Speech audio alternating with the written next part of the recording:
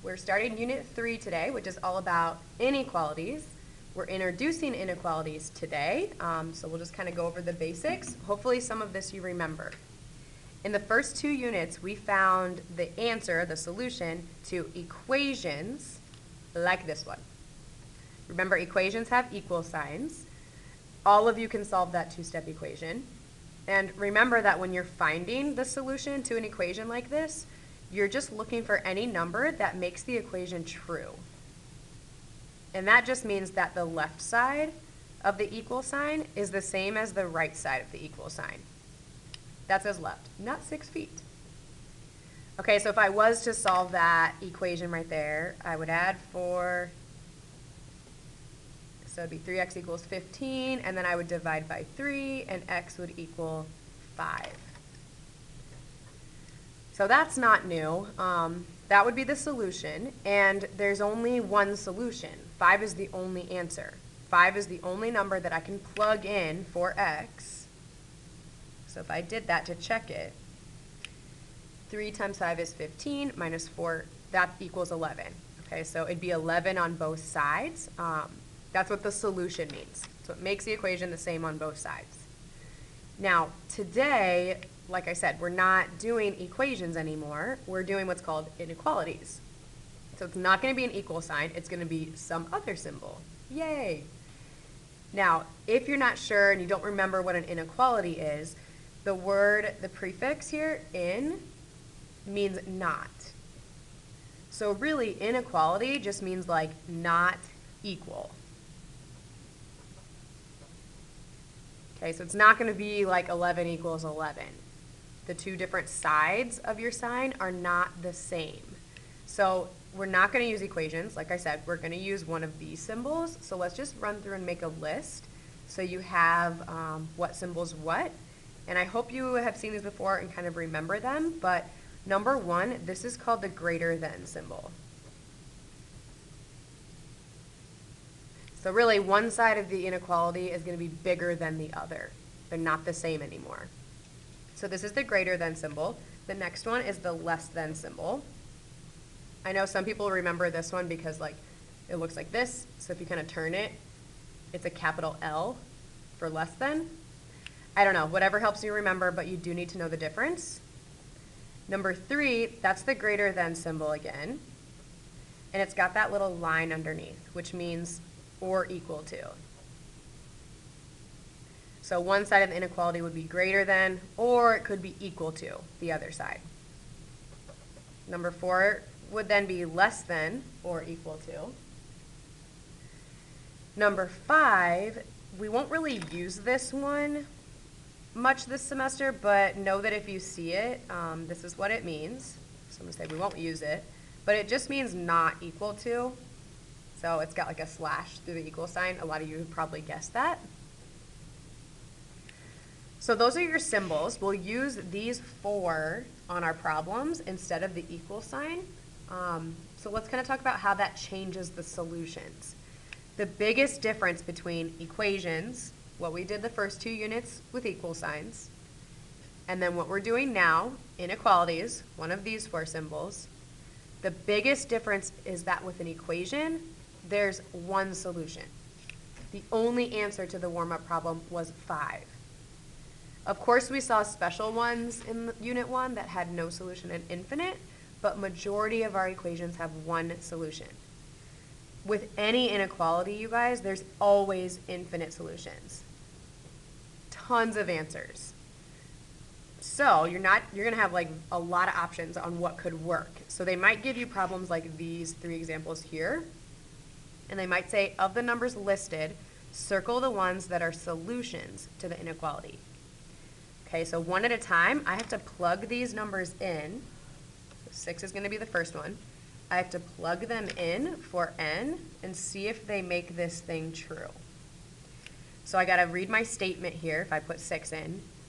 Now, I don't know if you remember, like in middle school, they'll talk about the inequality sign being like an alligator. So it like is a mouth, essentially, and the alligator mouth wants to like eat the bigger number.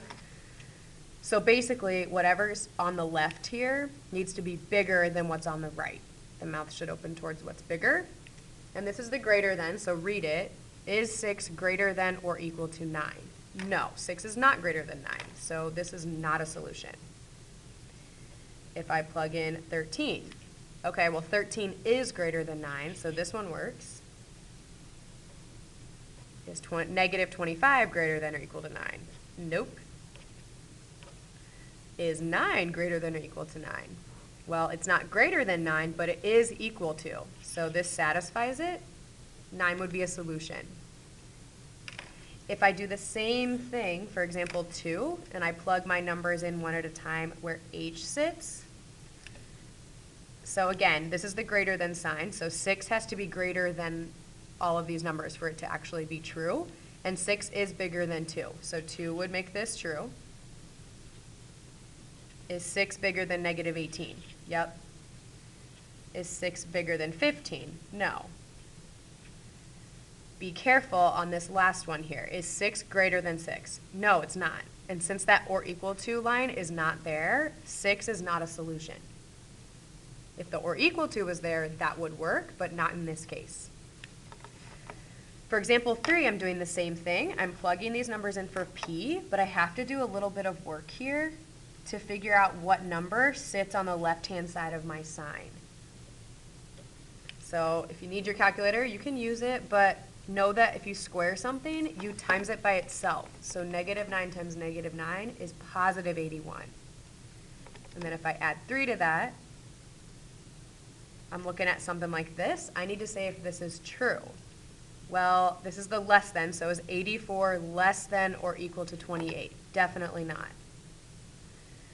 When I plug in 3 here, so 3 squared plus 3, that's 12. Is 12 less than or equal to 28? Yeah, it is. What about negative 5? So I got to square it and then add 3. Okay, so figure out what's on either side and then see if it's true. 28's not less than, but it is equal to 28. So since that or equal to is there, that one's good.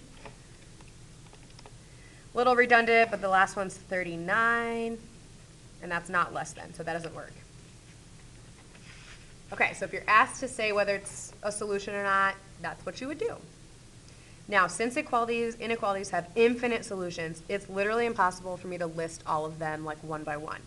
So we need a way to show all of the solutions. The only way to do that is to use a graph.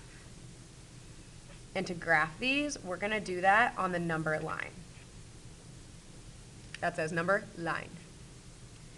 Okay, so when you show your answers on the number line, you have to shade one side of the number line to show the person who's reading the question like where all the solutions are. So here's how I would do that. And this is going to be the way for me to show every single number that makes these inequalities true. Because as you can see, there's like multiple answers, obviously, for each inequality. So I want x is greater than 7. Basically, any number that's bigger than 7 is a solution to this inequality. And I want to show someone that on the number line. Okay, on the number line, bigger numbers are to the right, smaller numbers are to the left. We already said this is greater than, I want all the numbers for x that are bigger than 7. So I'm going to shade, or just like squiggle is all I do. I'm going to shade all the numbers that are bigger than 7. And this would go on forever, 10, 11, 12, on and on and on. Any of those numbers work for x there. It's 7, the number sitting here, that I kind of have to decide whether that's a solution or not. Well, if I plugged it in, is 7 greater than 7? Nope. If the or equal to was there, it would work because 7 equals 7. But since it's not, 7's not a solution. So how do you show that? Well, you put a circle above the number that's sitting on the other side. And on this case, I'm going to put just an open, hollow circle. Since it's not colored in, because you kind of color where the answers are, since it's not colored in, this shows that it's not a solution. So you use an open circle, guys, when you're graphing on the number line for the greater than or the less than symbols. Okay, for example 2, that kind of shows us the other case here. So I put 1 in the middle, the number that we're talking about. Bigger numbers go to the right, smaller to the left. As long as you put like one number to the right and one number to the left, I'm okay with that. You don't have to do like tons of numbers. But put more numbers than just one, please. Now I got to think of what numbers like satisfy this for m. Well, this is a less than, so any number less than 1, so to this side of the number line, I'm going to shade left. Any number smaller than 1 works. And in this case, 1 does work because 1 is not less than, but it is equal to. So I'm going to do a closed circle that's shaded in. That shows that 1 is a solution. So guys, use a closed circle if your inequality symbol has the or equal to line. Okay, this is kind of a lot of information, but let's practice it a little bit. That's all the back is. So I'm going to do the first 2, and you're going to do number 3. But I want to show all the solutions by graphing on the number line. Okay, so be careful with negatives. And I'm going to just put 2 other numbers. Maybe I'll squeeze 0 in. 0 is bigger than -4. -3 would be bigger, -5 would be smaller. Okay, so I got to decide what kind of circle do I use. Well, this does not have the or equal to, meaning -4 itself is not a solution. So I want an open circle, and I want all numbers less than -4. So that would be going towards the left, -5 and on, less than symbol right there. For the second one, get 82, your number that you're looking at here. Bigger numbers to the right, smaller to the left. This one, I want the closed circle because it has the or equal to, so that means 82 works because it's equal to 82, so circle that in. Now, you've got to think about what numbers work here. Too many people just say, oh, like, let's think of this as an arrow, and it's pointing to the right, so let's shade right. If you just try to do that little, like, trick, if you want to call it, you're saying that 83 is an answer. But think about it. Is 82 greater than 83? No, it's not. 82 is smaller than 83. So the numbers to the right are not going to satisfy this. You want the numbers to the left. Now, let me just point this out. If you want to kind of use a trick like that where you point it the way the arrow is pointing, the variable has to be sitting on the left-hand side. So you'd have to kind of flip this around and put B on the left and 82 on the right. The mouth is opening towards 82, so the mouth would need to open towards 82 if you flipped it. Then I could see more clearly, oh, its number's less than, so I'm going to shade to the left. Just be really careful because that same idea is happening on number 3. So try graphing that and I'll check it next time. For number 4, you're not graphing it, like you're going the opposite way on 3 and 4. You want to give me the inequality from whatever they're talking about. Now on 1 and 2, they give me a situation and I want to write an inequality. 3 and 4, they give me a graph. So let's do a couple of each here. It says define your variable when necessary.